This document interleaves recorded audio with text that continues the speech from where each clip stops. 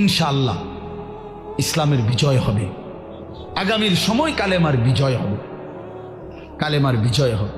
এই জন্য দোস্ত, বন্ধু, নওজোয়ান, কিশোর, নষ্ট হইও না, চরিত্রহীন হইও না।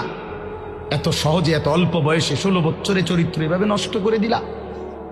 মাত্র 18 বছর বয়সে এত নারী দেখে ফেললা, মাত্র 18 বছরে এত উলঙ্গ ছবি দেখে ফেললা। বাকি জীবন কি করবা বাবা? হ্যাঁ,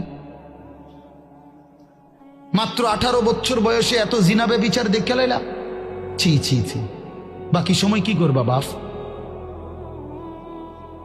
বাকি সময় কেমনে চলবা আব্বা বলো? এত অল্প বয়সে এত নোংরা হয়ে গেলা, এত কম বয়সে এত চরিত্রহীন হয়ে গেলা। সারাদিন নারী ছবি কি দেখো মোবাইলে তোমরা, আমরা বুঝি না বাবা। কতবার চুলের ডিজাইন বদলাইলা বাপ, কারে দেখাইতা? কয়জন বেড়ি তোমার বাইতে আইছে? তুমি যে এতবার ডিজাইন বদলাইলা, কেডা আইছে তোমার সাহুনি? হ্যাঁ, সিনেমার কোন নর্তকী তোমারে ফোন দিছে তাই শুনি?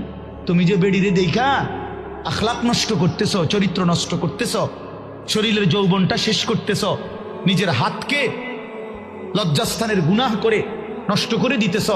প্রিয় বন্ধু, এর চাইতে বেশি তো আর বলতে পারি না। কিন্তু বিনিময়ে কোন নর্তকী তোমার বাড়িতে আসছে? হ্যাঁ, সিনেমার কোন নর্তকী, হিন্দি সিনেমার কোন নর্তকীরে তুমি চিনছ বলো ভাইয়া? কেন আখলাক নষ্ট করে দিলা? কেন চরিত্র নষ্ট করে দিলা? কয়জনে নামাজ পড়ছো আজকে, মাগরিবের নামাজ বলো ভাইয়া? আমরা তো আলহামদুলিল্লাহ আল্লাহর দয়ায় আমার একদিনের ব্যস্ততা দেখলেও তো আপনি মাথা ঘুরাইব, কিন্তু এই ব্যস্ততার ভিতরে দিয়েও তো মাগরিবের নামাজও তো আমার এখানে এসে মাহফিল ধরতে হবে। আমি আনোয়ার ভাইয়ের সাথে কথা বলছি আসরের সময় যে ভাই আমার একটু দেরি হইব, মেহমান আসছে, মাদ্রাসায় জরুরি কাজ ছিল আমার, কিন্তু আলহামদুলিল্লাহ ব্যস্ততা ঠিক আছে, কিন্তু জামাত মাগরিবের নামাজ তো জামাতে পড়ছি। ওই দৌলতপুরের একটা গ্যাস ফিল্ড আছে, ওইটার মসজিদ। কেমনে নামাজ ছেড়ে দিলা ভাইয়া? চেহারা সুরত দেখলেই তো বোঝা যায় কতদিন হয় নামাজ পড়ো। ওফ, আল্লাহকে ডাকো না। তে আল্লাহকে এমনি ভুলে গেলা, রাসূলকে এভাবে ভুলে গেলা, ধর্মকে এভাবে অপমান করলা, মাকে এত বড় বেইজ্জতি করলা।